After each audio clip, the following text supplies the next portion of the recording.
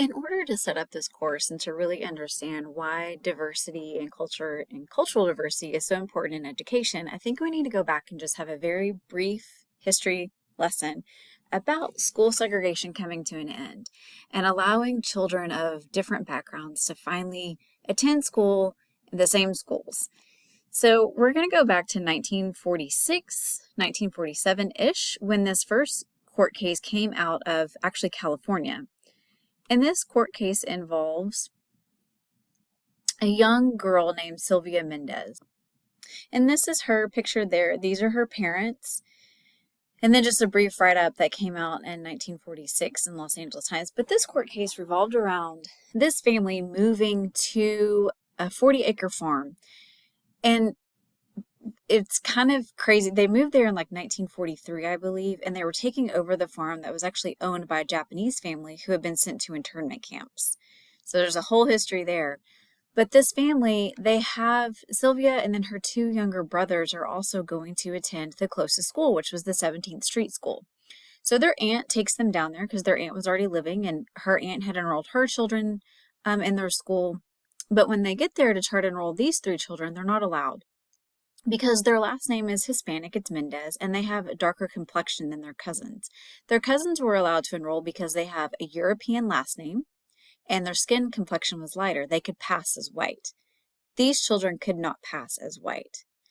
And so their parents decided to take the school district to court, and they did.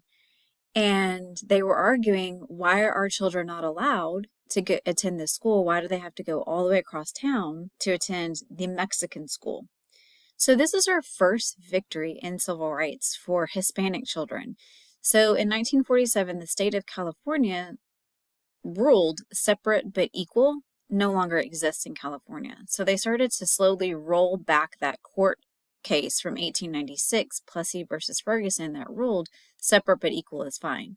You're not going to find that in California starting in 1947 when they were saying no, especially in Westminster, Orange Grove, we're not going to allow them to do separate but equal. So you have to start allowing Hispanic children, Mexican children, to enroll in all white schools. And they begin ending segregation in California. Then move forward to 1954 when we have this landmark court case known as Brown versus Board. And pictured here are some of the people involved in Brown versus Board. These two in particular, Mr. Brown and his daughter, I believe her first name is Linda Brown. So it's him, and then as you can see here, more families, but it's the Brown family plus 12 others. And they're going to argue the same thing. Mr. Brown did not want his child going to the school across town that was for blacks only, when there was a school within their neighborhood close by that his daughter could easily attend. So he and 12 other families are going to take on the Board of Education in Topeka, Kansas.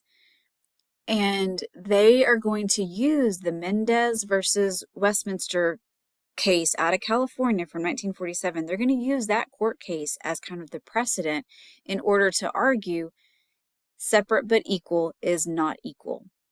And hopefully, as you all know, they win this court case. And it is a landmark court case. This is the first time that we see a major movement and a major win for the African American civil rights movement. So with this, the next year in 1955, everywhere across the United States, they're supposed to start integrating schools, allowing children to attend the school closest to them, even if it was an all-white school. But probably, as you know, if you've taken a history class ever, that does not happen. So 1955, they're supposed to. The Supreme Court says you have to enroll. It doesn't matter a child's background. You have to enroll them in your school. And it is not until the late 1960s that we actually have that go into effect in, like, especially places like Texas in the Deep South.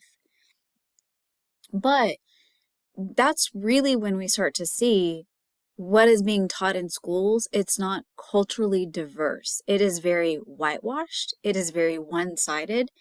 And a lot of times these children were only learning about white European history and white European culture. That's not their culture. That's not their background. So, what we've tried to do in recent decades is try to not whitewash it so much. And that's why cultural diversity in education is so important. And that's what you're going to learn about more in this course. And the first assignment that you're going to have is about demographic change and about opening up schools and how we are starting to really look at different sides of the story and tell a complete story instead of just a one-sided story.